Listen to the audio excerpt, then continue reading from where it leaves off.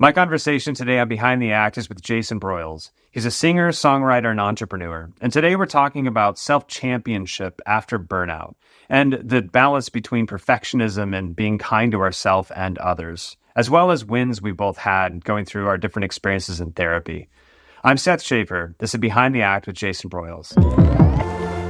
I started off saying, let's not talk about music because I don't want to date stuff, but I think that your newest album actually does have a lot of context that speaks to who you are and your history. So can you tell me about what it is and how that came to be? Yeah, and you're speaking specifically to the EP right now? Yeah. Well, really, the EP, so Old Rudy Road is the name of the EP, and that is the road that my dad grew up on in Northwest Arkansas. And so, and I know we spoken previously, and one of the things that I was wanting to do, I guess, as far as like telling my dad's story, because this came from I don't want to say a random conversation, but it was brought about by like a family event, and my dad and I are sitting down, and then and also like as we've gotten older too, or as I've gotten older, I guess my dad's gotten older too. At the same time. At the same time, yeah. It's like, and I guess this is maybe true of most people, where you become more like a friend. And the closer you become friends with someone, the more you start to open up as well. And I think that kind of happened, that's been happening, right? And then this particular, because it's for a memorial service, so I think my dad was more just like kind of really getting nostalgic and really thinking back on those memories and things that happened around there. And then as he began to tell those stories, I grew up in a city. I've been to the farm. I've seen my grandma on the farm and everything, but like, I don't know what it's like. Like I'm not a cowboy, or anything like that. And so I just got super, super curious. And so to your point about, and then not just growing up on a farm, but growing up on a farm in that era.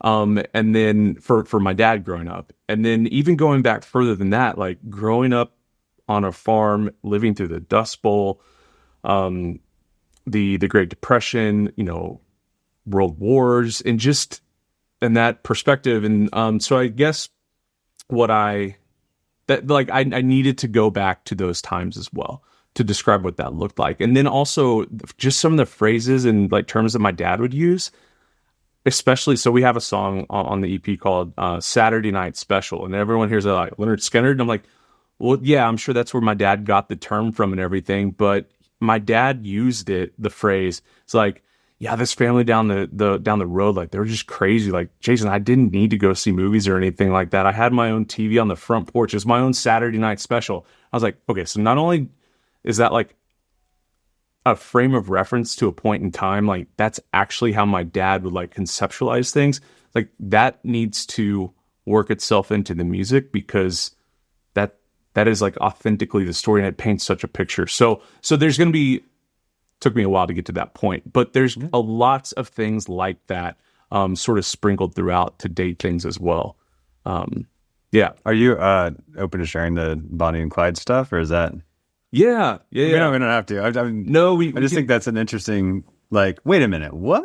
So I'm glad you asked the question, because I was musically, and as far as like putting this out there, I was worried about using Bonnie and Clyde as like a hook almost, like, and really in that song Strawberry Hill, it's more of an anecdote as far as this like sort of whole epic narrative that we're painting a picture of. But to the question, so I'm sitting there with my dad, and by the way, it was my my aunt's memorial service is why I had gone back to Northwest Arkansas, where they were from.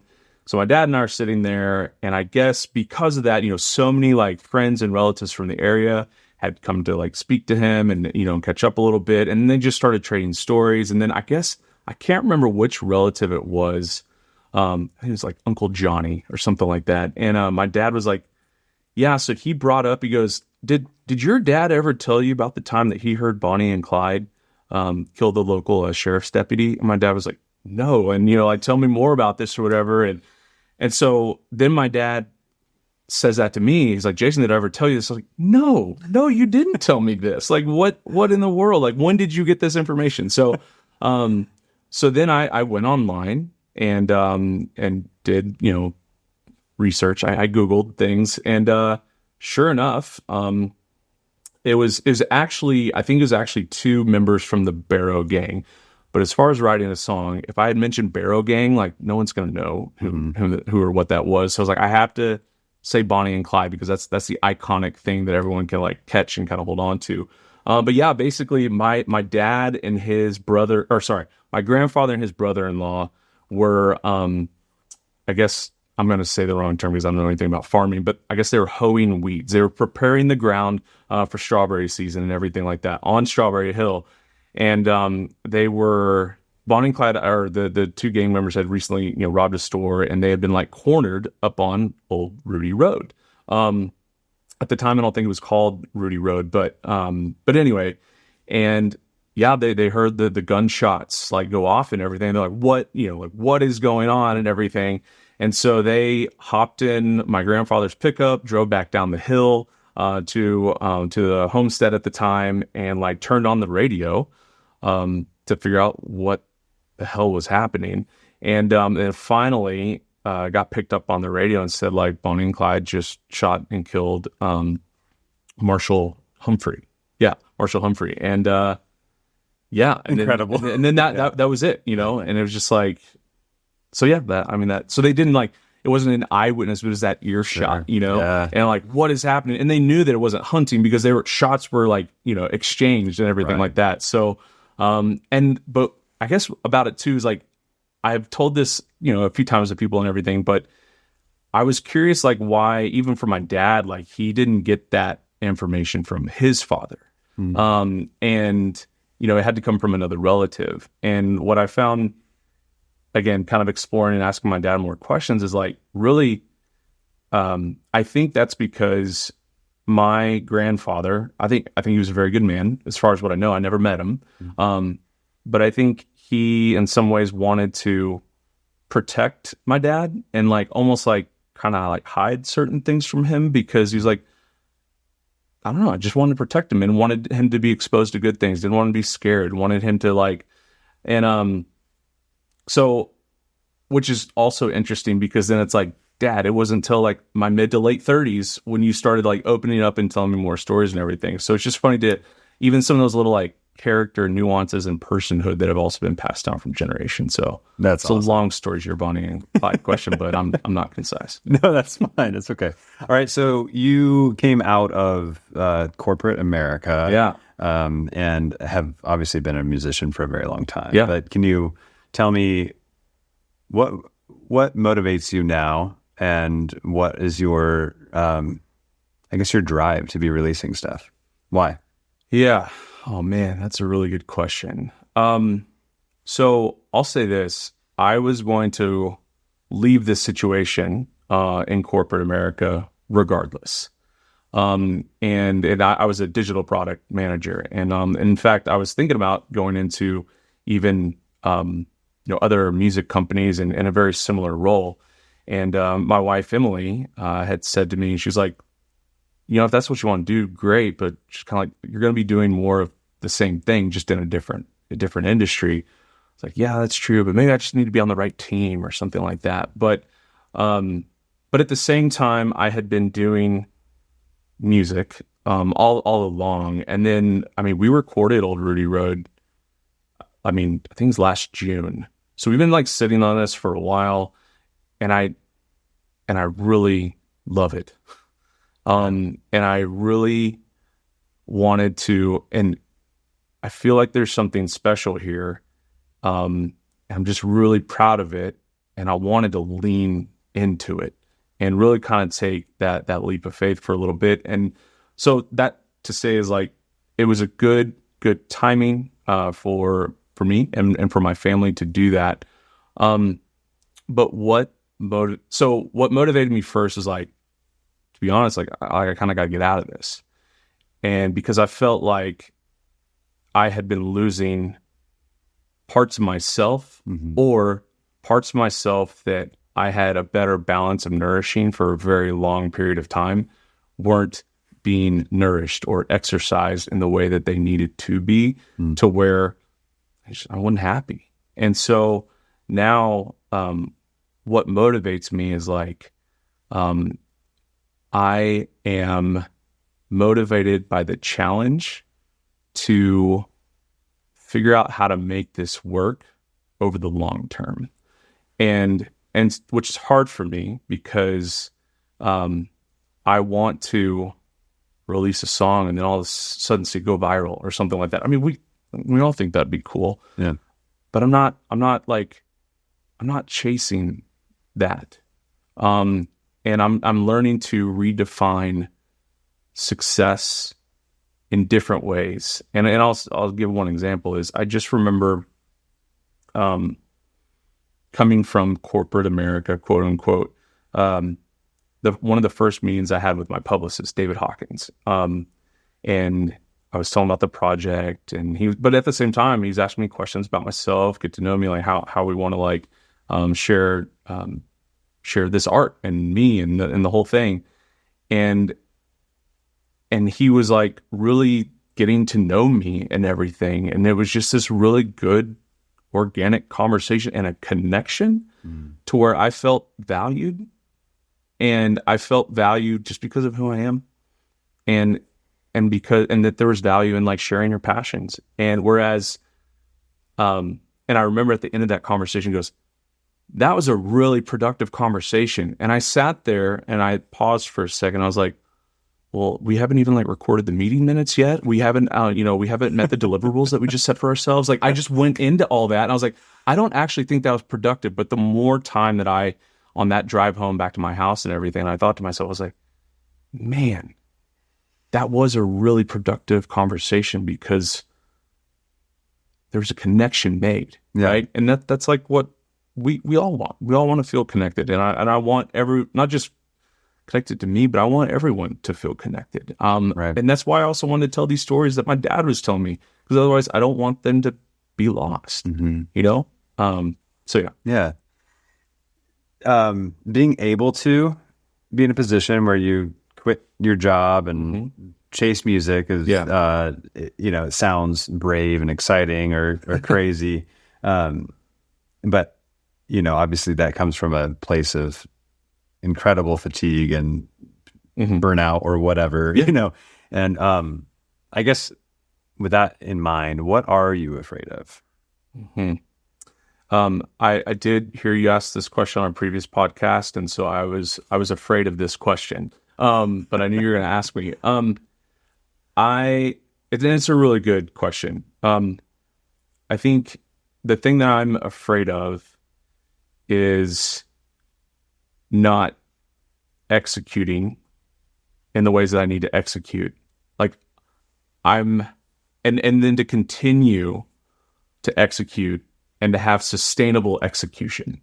And I say that because I know myself in that perfectionism that comes out that halts me. And I don't want to overanalyze things. That's why I said like lean in, And so I think because it's about that. It's about the journey, and so again, coming back to that, to me, executing, and I'm trying to redefine this for myself, just like in the way that I describe success. But like executing is doing the thing every day. Get up and do the thing every day. Yep. Yeah.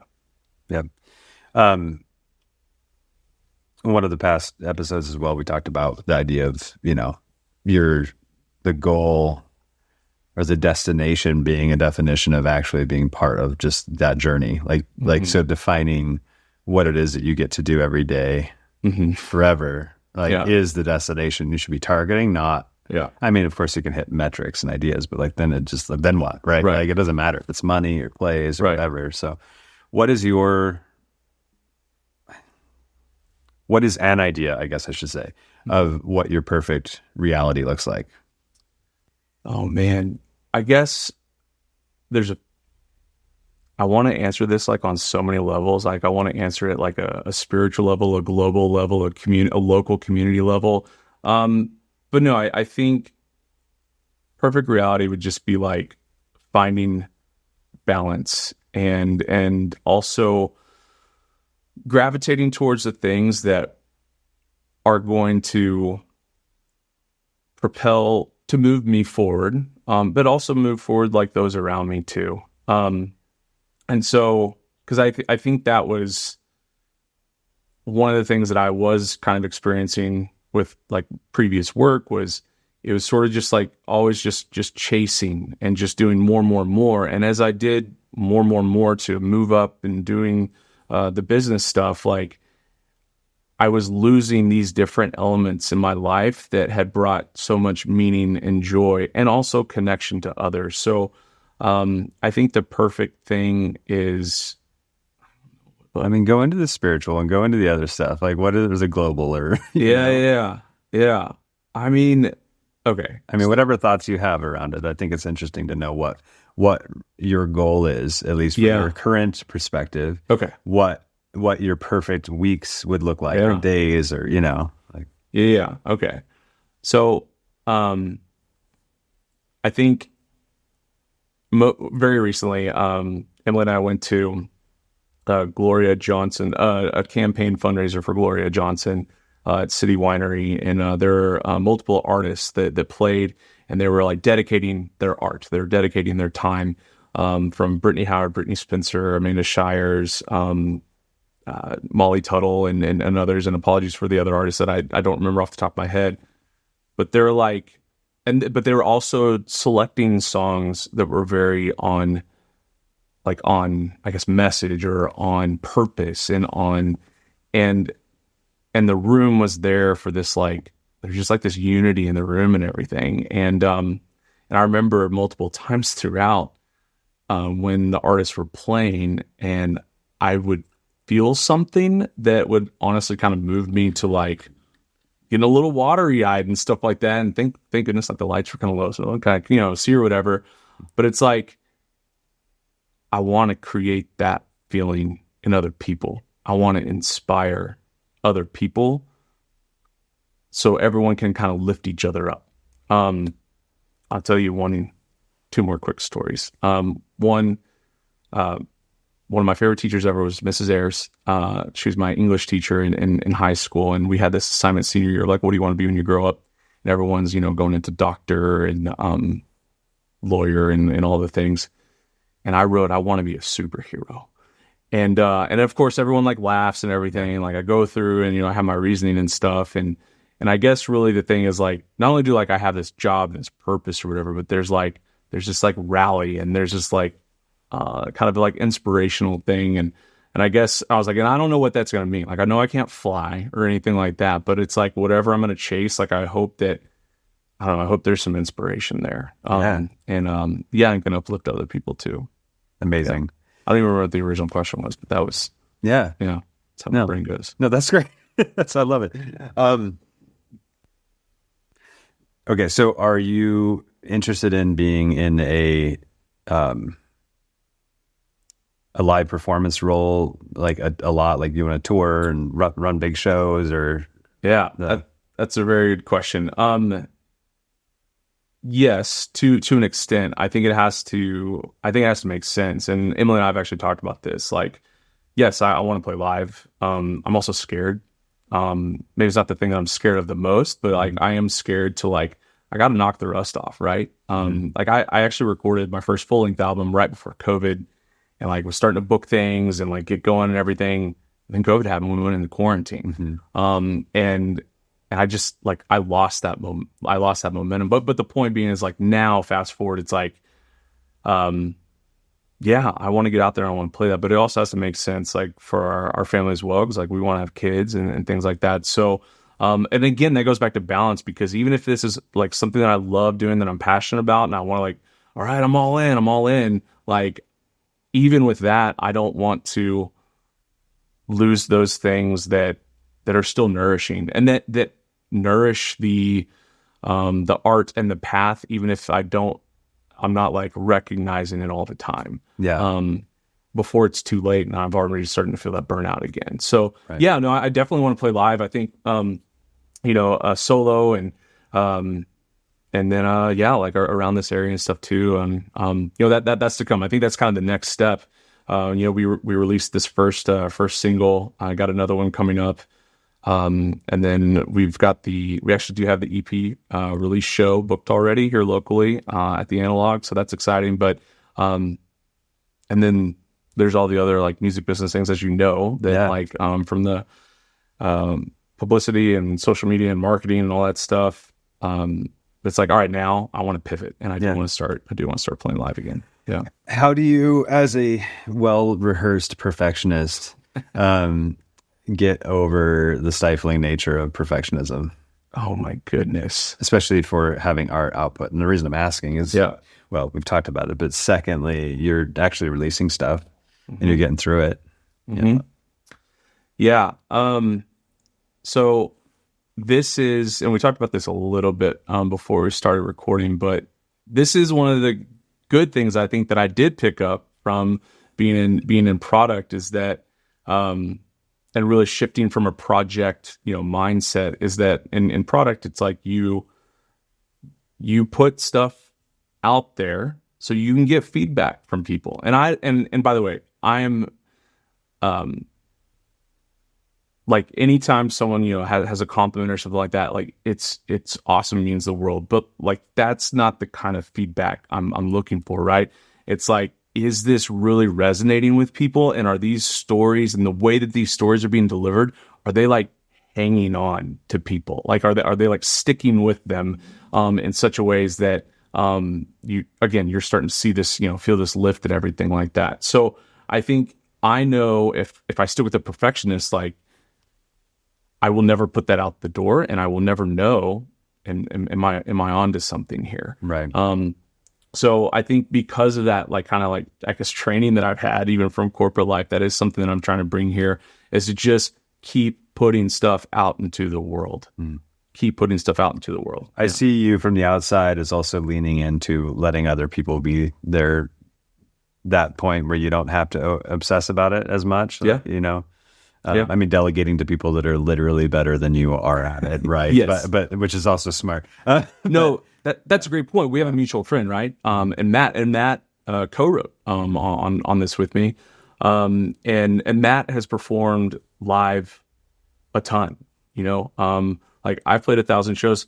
Matt has played thousands and thousands and thousands of shows. And so often, like I'll like even just, I'll ask for that feedback. And then even in the studio, like when there were a couple of members from the Steel Drivers that did record on the EP. And I remember Matt was super polished, fantastic producer in the studio and everything. And but then there was one song that one musician stood up and said, "Hey, maybe we like try and do this, like kind of cut at halftime, because it feels like we're doing a lot of the same thing." And we're like, that's a great idea. And so I think that's the other thing too. And I'm so glad you asked that question, because I do think that's the other thing that's going on here, is like trying to find good people. And I think I am finding good people and a good team. And again, I think that like there's that compounding interest of goodness in working with people that just continues to grow. And I think that's the other thing too, like that I am excited about, because like it feels good. And then also it's like, we're getting better together. I don't know. Yeah.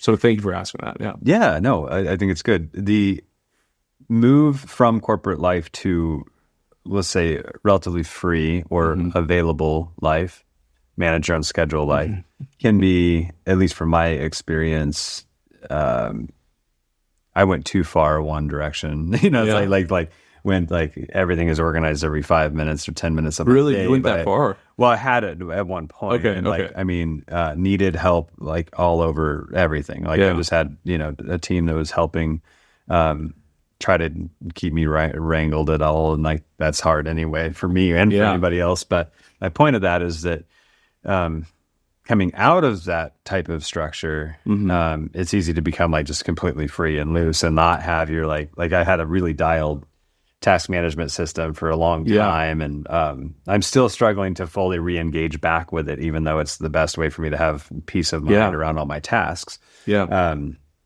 But I'm curious because you mentioned, this morning before I came over here, I was writing a song and arm wrestling a subcontractor, let's say. I'm just teasing. And so what is your, how does a balanced and healthy version of task management and completion look for you? Yeah. Now coming out of corporate. Yeah. That's a question I should probably write down for myself, so I remember to continue to ask myself that, to keep working on that. And yeah, so I think, so one of the things that I do struggle with, so I was recently diagnosed with ADHD, and one of the things that I do have a very, very difficult time is like prioritizing my activities, because it's like whatever, it's like sort of now or never. So whatever's next in front of me, like, oh yeah, I got to do the thing. I'm going to go do the thing. Or it's also like the dopamine chase too, right? It's like, that's really cool. I want to do that. And then next thing I know, 7 hours later, I'm like, oh, I haven't eaten today, or, like whatever. Right. So, which is also funny because coming from product, I was very, very good at prioritizing the work for the product's sake. So for other people, but when it comes to myself, that's something that I'm not great at. But there's a book by Jeff Tweedy, and it's called How to Write One Song. And I'm going to paraphrase because I'm going to miss the quote, but it's something like, if you're not writing songs, you're not a songwriter. It's like, yeah. And I'm like, oh yeah, if I like step away because like I've got to feel like I've got to have this like spark from the divine or something like that, and I don't write for a week. Yep.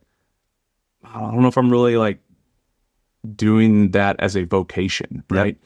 So I think to me, it's try to write a little bit every day, and really kind of like, when am I going to do that? What am I doing? And where am I going to do that as well? Right.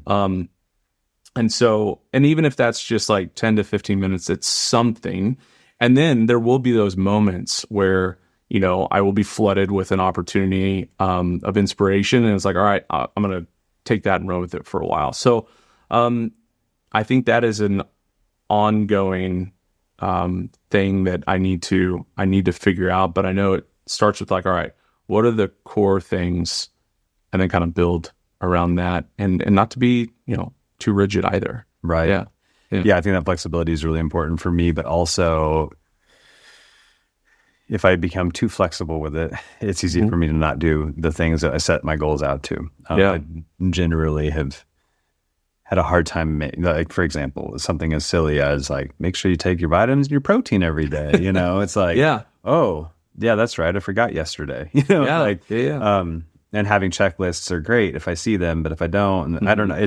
It's how do you manage that daily process as well as like the completable tasks, not the recycling ones and random side. Go ahead. Right. Yeah. And sorry to cut you off, but like I will say too, again, going back to that team concept, knowing that like I'm scheduling stuff with other people, right? Like it's not just like I'm in my room writing and, like there's a lot more to it than that. And so, and even with like my publicist, like he's sending me reminders, like we got to do this and we got to like get ready to prepare because you got the thing coming up here. And so to have those sort of like, almost like placeholders, I think that also helps too, because then it's like, all right, these are really significant things and I need to like work around that. And so it's almost like a backwards planning kind of a thing. That's amazing. And then again, working with people, we're depending on each other, and that kind of accountability is great. Yep. It's great. I feel like I say this every podcast episode, but doing the podcast forces me to connect with people in ways that I would otherwise be like, in a few weeks I'll do that. But so that's been helpful. And also that, I told you about Kevin Decker does the song a week thing and has a group. And he's releasing a song every week, and a few other people are on that page doing the same thing. And even attempting at the beginning to do that forced me to write 4 or 5 songs. I mean, a couple of them, you heard earlier, like it just forced me to show up and do something. I wasn't necessarily feeling inspired, but I knew I had a deadline to hit. And so, and again, that inspired thing is like the lazy way. I feel that's maybe the wrong way to put it, but I always feel like that's like the lazy way to go about it. It's like, if you can sit down and be more of a craftsman that's creating art than an artist that waits for the magic to show up. I don't know. And then there's these moments where like you're almost creating like a false sense of urgency. So it's like, all right, I got to push myself a little bit, right? And so I'll tell you this too. Like, actually, for this EP, Matt and I wrote most of it in one weekend. Yeah. Now, granted, there were other times where we like come back to it, and it was probably like 3 weeks in total. But the most of it was written between a Friday and a Saturday at my house. Amazing. And granted, like I interviewed my dad, and I spent hours on the phone with him. I took copious notes and everything like that. I did some research and stuff like that. But then when Matt and I sat down, like we did that. And part of that too is like Matt was kind of taking a little bit of a leap of faith with me too, because that was our first time to co-write. And he also wanted me to find that pressure too, because Matt has been in the writer's room with like multi-Grammy award-winning songwriters and stuff like that. And I was like toying with this idea of like, I think I might kind of like go in this direction. It's like, all right, well, this is what it feels like to be a job. Right. This is what it's like to write as a job. And I was like, okay, I'll take on the challenge. And I took it, very, very seriously. And so, but yeah, again, creating that false sense of urgency and stuff like that. I think it's huge. Yeah. Yeah. That's amazing. Yeah. When I was the most on point with my task management, we'll say, again, this had more to do with completable tasks, not tasks that recycle, right? Mm-hmm.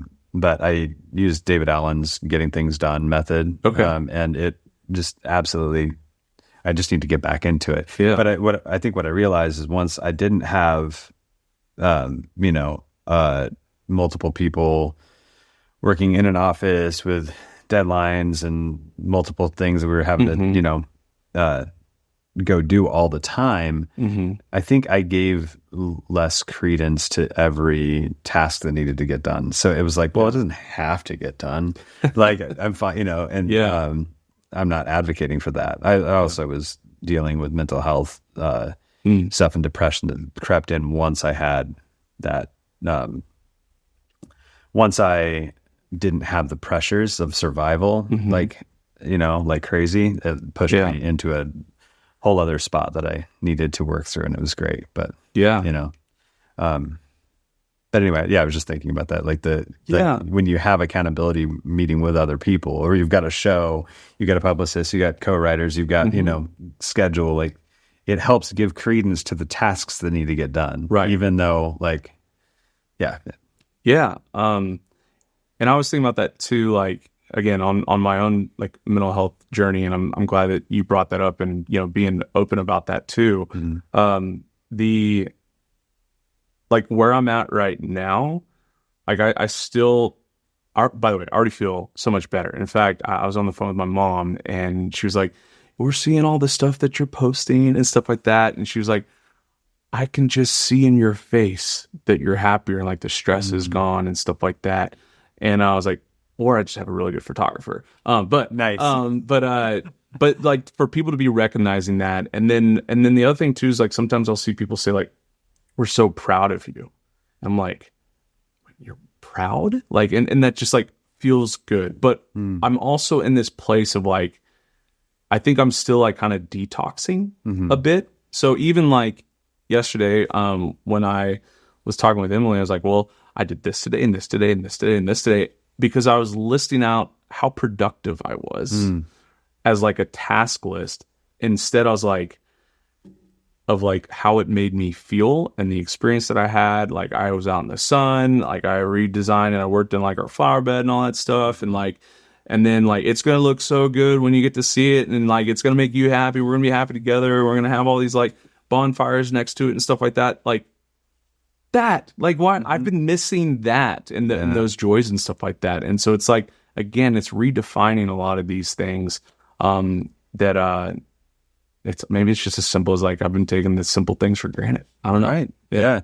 Well, I mean, it's an interesting thought too. Like it sounded to me at first when you said you were listing the stuff out instead of appreciating the benefits of it, that there's a mechanism of value that you see within yourself from the tasks that you get done. Yeah. Is that, I don't know if that's true or not, but yeah, that's true. It's like, hey, I like leaned into, I don't know, this creative mode, and I did this thing. Here's this thing. What do you think of this thing? Yeah, I've kind of cheesy with that on a lot I'm of speaking to things. myself on that too, of course. Right? Like I fully get that mechanism, Yeah. like, and again, I think at one point I just entirely dropped it. Basically, it was like, I mean, Yeah. with the exception of the basics, but it was like I don't want to ever have any of those things anymore, Yeah. And some of it comes down to the email thing too, as well. I mean, that email thing's been literally a lifelong thing. I was like, I never signed up for this. Like I kind of did because I had to have it for an account one time, but like that's not like healthy for humanity. And anyway, I'm not saying it's not. Like email's a great tool. Yeah. No, But it's right. Yeah. But no, that's interesting. It's a spectrum though, right? And I think like lots of things are a spectrum. But when you're in it, right? You're just in it. And you're like you don't know where you are on that spectrum, and then all of a sudden it's like I don't feel well. And then I like take a step back and I self-reflect. I'm like, oh, I'm at this side right now and this is not good. How do I get back to that, place? So maybe that's another thing too, like whether you're, regardless, it's just like having that time, like, for self-reflection, not to where, like overanalyze. Yeah. And there's a fine line there too, right? But just to have that self-reflection of like, what's really happening here? Yeah. Yeah. I think I feel much happier when I get a lot of things done that are hard to do. Yeah. Right. Things that I have to work hard at. But on days that I'm, if I'm feeling down or low energy, I give myself a break. It's like, it's fine.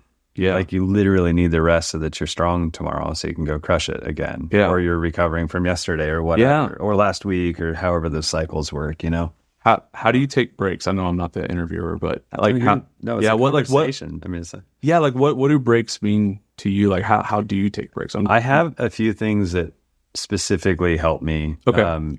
Just because of that, it's what I've learned to love. One of them is disc golf. Okay. It helps. It gets me out. I walk multiple miles. I always feel better. I burn a bunch of calories. It's like surprising how many calories you burn doing that. I just feel great. Yeah. It's low impact and I enjoy it. I also I'm pretty sensitive to sensory inputs like noise and light and everything. And so dark and quiet places are really great for me. So like at night, I'll often go sit dark, quiet spots, which are harder to find here than in Colorado. Yeah. But there are just things like that. Like my schedule, I generally run pretty late right now. Okay. And then wake up late. So this week's tough because Carrie's out of town. Okay. So I'm taking the boys to school and I'm like breaking up my night to sleep. I'm like, I just got to, anyway. But I guess it's also like, you get into that like dopamine chase of like the death scroll on social media. If you accidentally find yourself there, which we all do, I think at different times, I feel at least like pretty like, damn it. Like, how did that happen? Like, why am I right now accidentally like watching this, or like YouTube, this funny one for me. I'm like, why am I looking up this thing about like some science theory that has to do with space? And I'm like, I don't need to be doing that right now. I mean, it's like, I'm interested, but I'm like so curious about everything. Yeah. And then, I guess my point is like, I try to give myself intentional time to do that. Yeah. So that way it's easier for me like earlier in the day to not be doing that or something. Yeah. It's like this is my time to browse YouTube, watch whatever I want. Yeah. But have, windows set aside. But, like almost like where you would prioritize tasks. It's like you prioritize that time for yourself to take that break. Like it's, again, it's when, what, where. Yeah, I don't want to spend hours and hours and hours a day on my screen. Yeah, I don't. But I also do enjoy. I mean, again, like we were talking earlier, it's like I've got all of these hobbies, very cool gadgets. Oh yeah, very cool gadgets, and like so I have a list of like things to research. That like I'll keep a list of, and that's how I use that time a lot of the time. It's like I'll literally, I'll I'll, sometimes have like 15 videos that I've got saved about a specific subject because from what I've learned, it feels like no one ever communicates an idea well or comprehensively, at least not a way that's going to communicate well to me. Yeah. So I will try to listen to, 15 to 20 people say the same thing their way that helps me, helps me understand what they actually meant comprehensively, Yeah. Or like we're talking about the music industry stuff. I was like, man, I read the book multiple times or read books multiple times and was still confused, and took a course which helped kind of uncover it. And then I've been picking up the phone and calling the agencies and like finally think I have it figured out to a degree that makes sense as far as that stuff goes. But like there wasn't a video I could go watch that made it clear whether that was a misalignment of my understanding and not me literally not speaking the language well. Or no one understands it. I'm teasing, but I mean, people do. But and even then, when you feel like you have a moment of clarity, it's like that's not enough, right? And even the same thing. Like I just released a single, which was a huge thing, made the radio and stuff, and I was like, that's awesome. Yeah. All right, what's next, right? But it's like when you're doing something you love, you want to grow with it, and you want to grow with it. So like even, for me, I was telling you, like I'm taking a songwriting course right now. Awesome. And reading books and asking questions and talking to people that are doing art, but in different mediums, and stuff like that. And then even just like, talking with other musicians, like, hey, how do I do this thing on guitar? Because I want to become a better guitarist, like, or how do I do this thing vocally? Like I want to, be a better vocalist. So it's just like, cause it's like, and it's work, but it's, I'm doing the things that I love and I want to grow with it. Yeah. And I want to have a good relationship with it too. Right. Right. Yeah. I think with the, the ADHD side of it or, neurodivergence, like it's easy to be, it's easy to want to go super deep into all of these things, Yes. And then not care about it at all the next day. Yeah. I mean, that's exactly. Sorry. No, it's funny. I think it's awesome. I'm like, I love to learn everything with that. I mean, I haven't said this on the podcast yet, but I got diagnosed with autism a few years ago. Okay. And so that helped me understand so much about myself and the way that I function. But with that, like not care about it the next day. I think I'm just piling on special interests and I still care about them like crazy later. But the point of all of this was that it forced me to realize that I can have special interests that I want to go into and not need to be that great at it or be that perfect at it. But I want to grow and get better. And then there's the like, okay, I want to be the best or not the best, but like I want to like be competitive and like really kick butt at it. Yeah. So it gives me a peaceful way to engage in functioning, like in deep diving into things. Yeah. And but not with the guilt of not being great at it. Yeah. So an example would be like mastering. I'm not even good at mixing yet. So like, or I don't think maybe. I mean, I'm trying, right? So like, but like, there are always people that will be able to mix better than me, and people I can lean on to if I don't do a good job. Which is fine. So it gives me like this peace of mind of like, when I try really hard and when I fail, it's great. I think same thing for me. I mean, I remember when I started doing CrossFit and like I started going, I was in terrible, terrible shape. Somehow worse shape than I'm in right now. But anyway, and then I started getting better and growing and feeling better.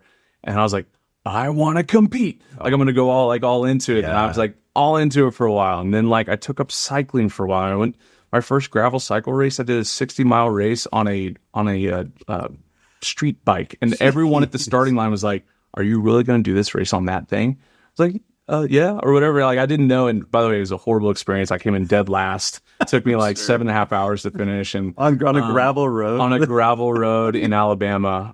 It was absolutely terrible. But yeah, so like there's always those things, or there's always that like, that next thing, and it's that hyper jump into it, but then, step out. But where I'm going with this is like one thing, even though it comes and goes too, one thing that has always been there is a love for music. And I don't, and again, I do have hot and cold with that too.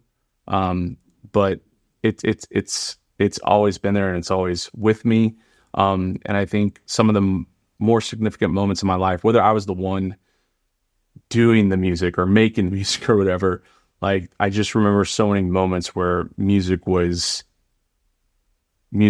what takes me back to that moment and like enliven that experience. Yeah. And I'm like, oh man, I just want to like stay near to that. And how can I keep it going and also like and make a living doing it too. Right. Yeah. That's incredible. Yeah. And in that, going backwards a little bit in the conversation, you've learned how to delegate well in the places that you don't need to be the strength, you know. And it also reminds me just the quick thought on me originally trying to learn how to drop special interests and like that don't need to be anymore. Yeah. But I can just enjoy them. Like first, when I was younger, I skateboarded a lot, and then snowboarded, and then mountain biked, and like there's those things. I got to a level that I was happy with and am happy with. Yep. And that's fine. Yeah. Now I just get to go do that at that level, and I don't need to be competitive, and I don't need to necessarily even push myself further, because I can just enjoy it that way. Disc golf is the same way for me. Yeah. It's like, I mean, I want to keep getting better because it's fun and it's challenging, but it's also like, I want to a degree, but I'm also like, I care more about getting out and walking and playing the game and being, hanging out with people and stuff. So Yeah. Go ahead. No, I was gonna say on the music front, it's I think it's an interesting and difficult industry, obviously, but there's a ton of opportunity, and you only need like this tiny little sliver of it, and so it's exciting to me that you have an opportunity. Any of us as artists have an opportunity to gain listeners. Yesterday's conversation, I guess last week's, by the time this airs, was with Kevin Barry, and he was talking about his focus was so heavily on fans instead of followers. Well, I think I put those words in his mouth maybe a little bit, but but I loved his emphasis, at least the way that I took it and hadn't really heard it that time. He's like, let's build stuff that like allows people to be fans of and like appreciate that, and I just think that's interesting. I guess. What's your strategy? Yeah. So I think there's a couple of things. Like one, there's the music business that I've started that is really kind of like separate from my artistry. And it's for a while now, like I've been commissioned to write songs for others for specific, like, kind of moments in their life and everything like that. And then honestly, I've kind of always, done that, even like, high school is like, hey, you should write a song about this, whatever, and the fun stuff. But then just like being here in Nashville for a while and building a network of good friends who happen to be musicians and happen to be, because we're in Nashville, like some of the best musicians in the world, and we have access to like all these resources with equipment and studios. It's like, all right, we can like be commissioned to write songs, and we can also record that music, and then like you've got a pretty cool thing here, and people. What I've found over time is that people who value that or want that, they're like, there's a business there, and so I've been trying to like figure out like that path a bit to make it to where it's like sort of sustainable. But as far as like the leaning into the more the artist and like really more like my perspective on things is that even it's actually a songwriter. I think it's Mary Gaucher. I think it's how you say her last name. She actually did a songwriting workshop when I was at Vanderbilt in grad school. I took songwriting from a theological perspective, but she said this. She said, everyone needs stories. Everyone needs good stories. And so I was like, all right, that's so concise. And I'm not a concise person, as you can tell from this interview. I want to tell good stories. So like even with this from my dad and just hearing my dad, and also seeing when my dad would like start to crack himself up when he was telling me, he's like, Jason, this is just so ridiculous. I was like, he's laughing before he's even said it. This is a good story, you know? And so it's like, and even though we've put his stories to song, I'm still saying it with my perspective. Right. And I'm thinking about the song in particular, like Revival, where there's a lot of snark in that song, and there's a lot of my theological training that's going into that. But it's very, very layered behind it, and it's layered behind it with quite a bit of humor. Because again, it's the story. It's not my, I don't know. People aren't going to read my master's thesis, you know, but they're probably going to have a better connection to the song. So I think, Right. So my strategy, going back to your original question, is just keep putting more good stories out there, Okay. and keep putting them out there, like not holding myself back. And Right. then again, I think goes back to the team, and having a great publicist. And one of the things that I really like working with him in particular is, you know, because I went in there thinking like, all right, what TikTok strategy do we need, right? And I like all these things, and he goes, I'm in the relationship business, and this is about developing relationships. And I'm like, damn it, that's why I want to do music. So I think that's doing this, like even just us sitting here and doing this, you know, podcast, and like having to, you know, asking these questions and trying to put the thoughts together, like it's making me, it's centering me again. Oh yeah, this is why you're doing it, right? Yeah. You have twice mentioned how you're not concise and how you think you wander a lot in ways that makes me wonder if you feel shame about that. Probably. Yeah. And just as a side note, I don't feel like you wander as much as you think you do. I hear what you're saying, Yeah. but you're not pointlessly re-articulating the same ideas in different ways each time. You're, you know, and you bring your ideas to a close. So Yeah. I've interviewed That's good feedback. thousands of people, literally. So you're far from in that camp of, okay, we need to rein it in. Yeah. So just throwing that out there. No, I appreciate that, because again, I think it goes back to that perfectionism of like, at some point, like you're being too hard on yourself, and then you're just getting in your way. Yeah. And then you stop executing. So that's very good feedback. I appreciate that. Yeah. And I have struggled with the idea of being able to do, for example, public speeches that are more than 5 to 10 minutes. Not because I'm afraid of the people. It's that I haven't yet been able to structure the thought and keep that together in my head in a way that I can communicate for 30 minutes or an hour. And the more that I've prepared in the past, the more awkward the speeches got. Yeah. It was really funny. But my point, I guess where I was kind of going with that was I had hired an executive coach to help me with ideas of how to communicate. And one of the things that she very pointedly illustrated to me was how often I said, Okay. And man, that was so hard. Anyway, but I started breaking it down. And of course, now that I edit these podcasts, I hear all of the other things that I say over and over and over and over. Right. Oh, but one side of it is that that's who I am. That's how I communicate. And so it's easy for the perfectionist side to hyper focus on. Yeah.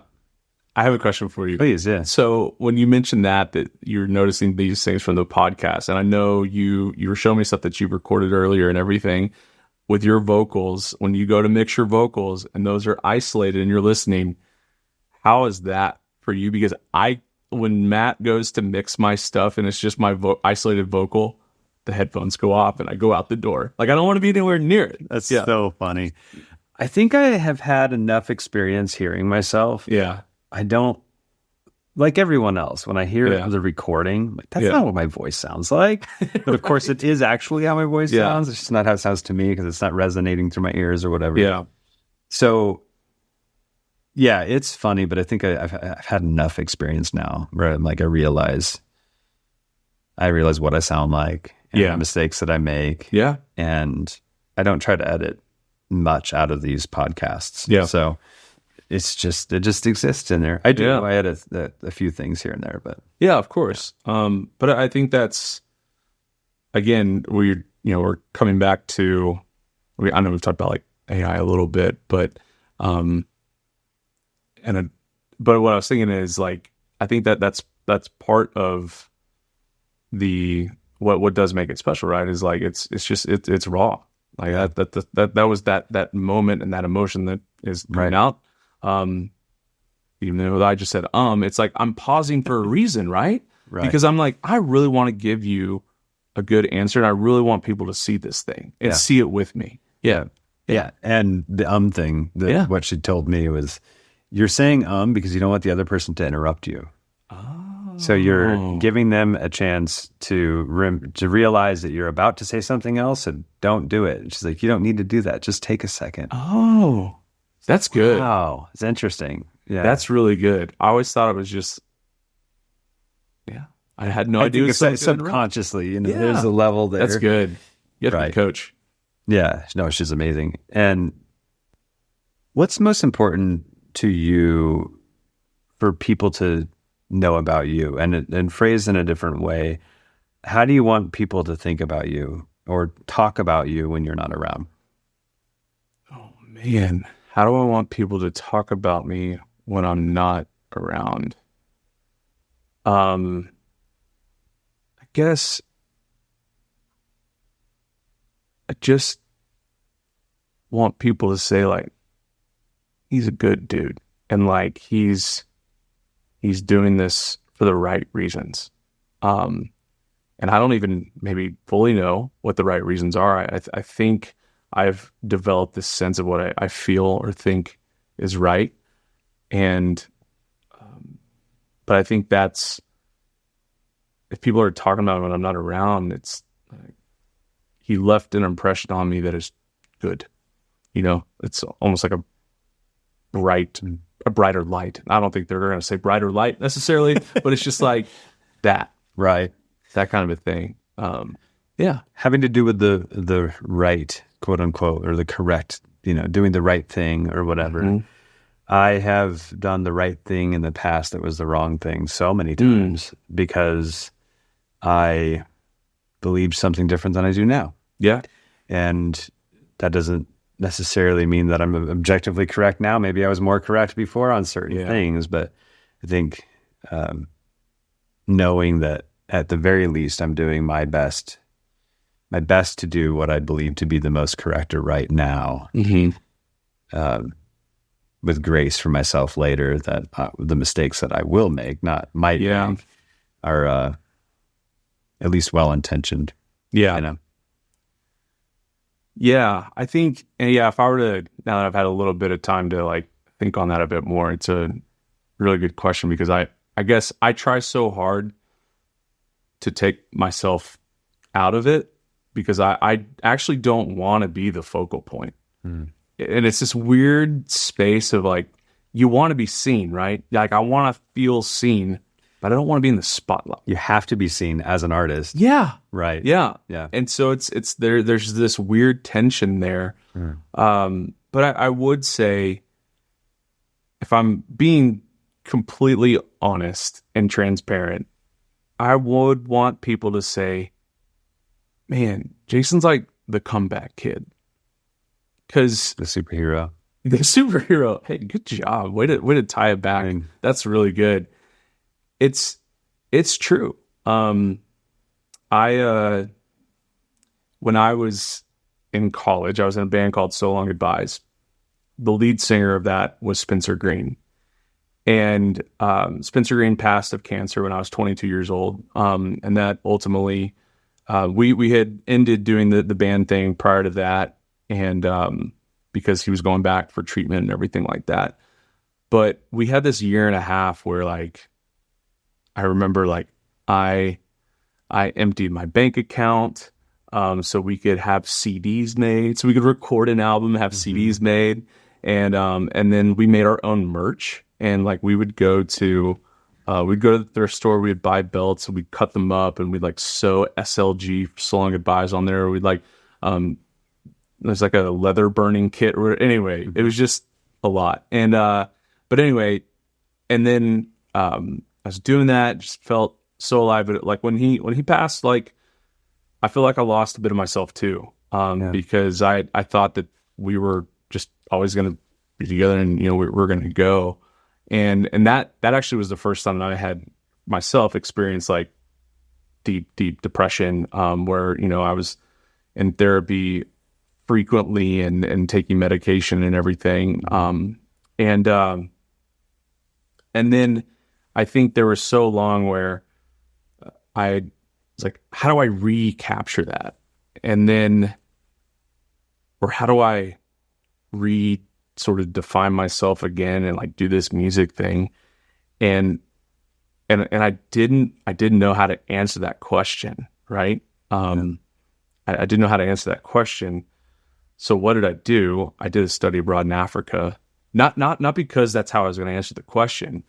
I was just like, all right, I'm going to go to Africa and do this study abroad. And then I was working, and then I came back and I worked at this summer camp, and I did all the music programming at the summer camp. And then this was right outside of Austin. So I'd go into Austin, I'd gig in Austin. And then I took a teaching job in Guatemala, and I took my guitar down to Guatemala, and I wrote songs in Guatemala, and I played in coffee shops and bars. And then I moved to Nashville, and I've just always like, it's never been like a recapturing. It's just how I got lost in the journey. And I think, but now that, and then there was a moment in time where I went off of the path because like I wasn't in a great relationship and I didn't know that. And I was in a toxic relationship, and that ultimately ended in divorce. And even then, when I recorded my first solo album, called My Way Home, this is when I was going through the divorce, and I was living in the basement of my friend's house with my 2 dogs. And I wrote most of the album from there. And that was the first album that I recorded with Matt. And that one it's pretty vulnerable. It's pretty raw, and probably a lot of oversharing as well. In that one in particular. But then like that was going to be maybe My Way Home, like that was the comeback or whatever. Yeah. And then, but now, and then I did the corporate thing for a while, but it's just this like little thing that's always tugging at me. And sometimes I wonder if that's Spencer, kind of tugging at me, trying to pull me back to music. And now like here I am. And so I think, and I say that too because like everyone loves a comeback story, right? They're inspired by that. Right. So I think that's where I want to go. Yeah. With all of this. It sounds to me, and I don't want to oversimplify or project something onto you that's not true, but it feels to me like you're a pretty solid self-advocate, but maybe not a self-champion in the way you would be for other people.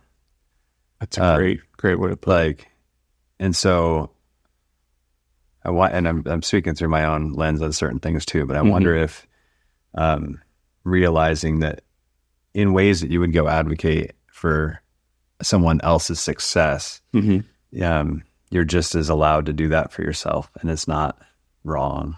That's awesome.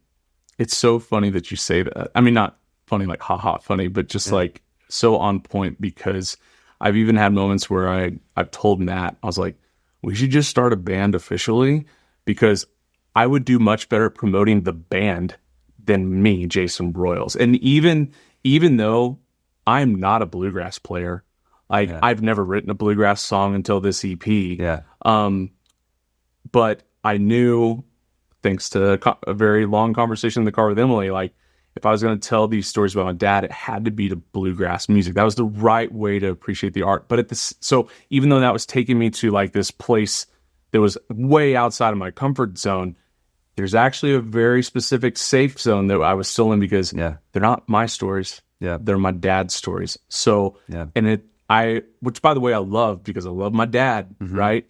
And it's a way for me to like still be the artist, Jason Broyles and everything, but it's easier because I can elevate that. Yeah.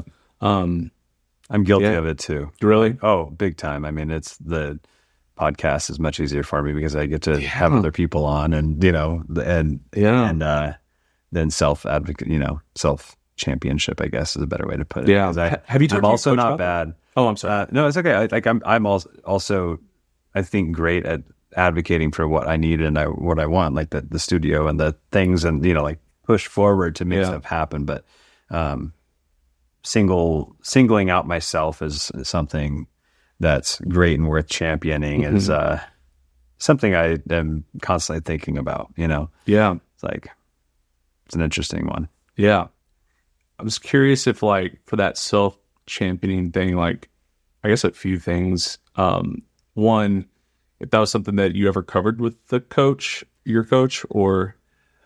My therapist was very generous and kind in helping me realize and communicate that, like, if I were, you know, for things like that, I feel guilty about my existence of hyperstimulation as an autistic person with noise and sounds and lights and things, and in ways that impacts other people around me, as specifically my family. She pointed out, she's like, if you were talking to someone that wasn't you, that was an autistic parent, realizing what you've done, what you go through to get what you're done, like, you would be very kind to them, right? And I'm like, well, yeah, like, of course. And she's like, work on maybe being kind to yourself, you know? Like, and I was like, fine. No, I'm just kidding. I mean, no, it's true. It's so much. It's so hard.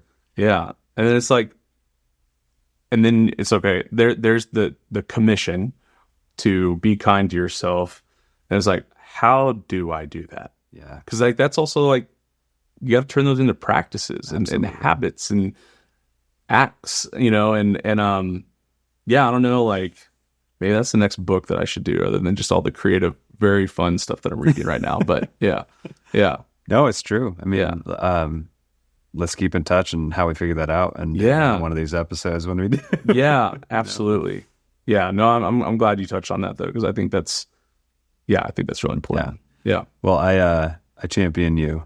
Thank you. I advocate for you. I'm same here. Excited for what you're doing. And, thanks so much for doing this. It's been great. Dude, thank you. If you enjoyed this episode, please consider sharing with other people you think might gain value from it.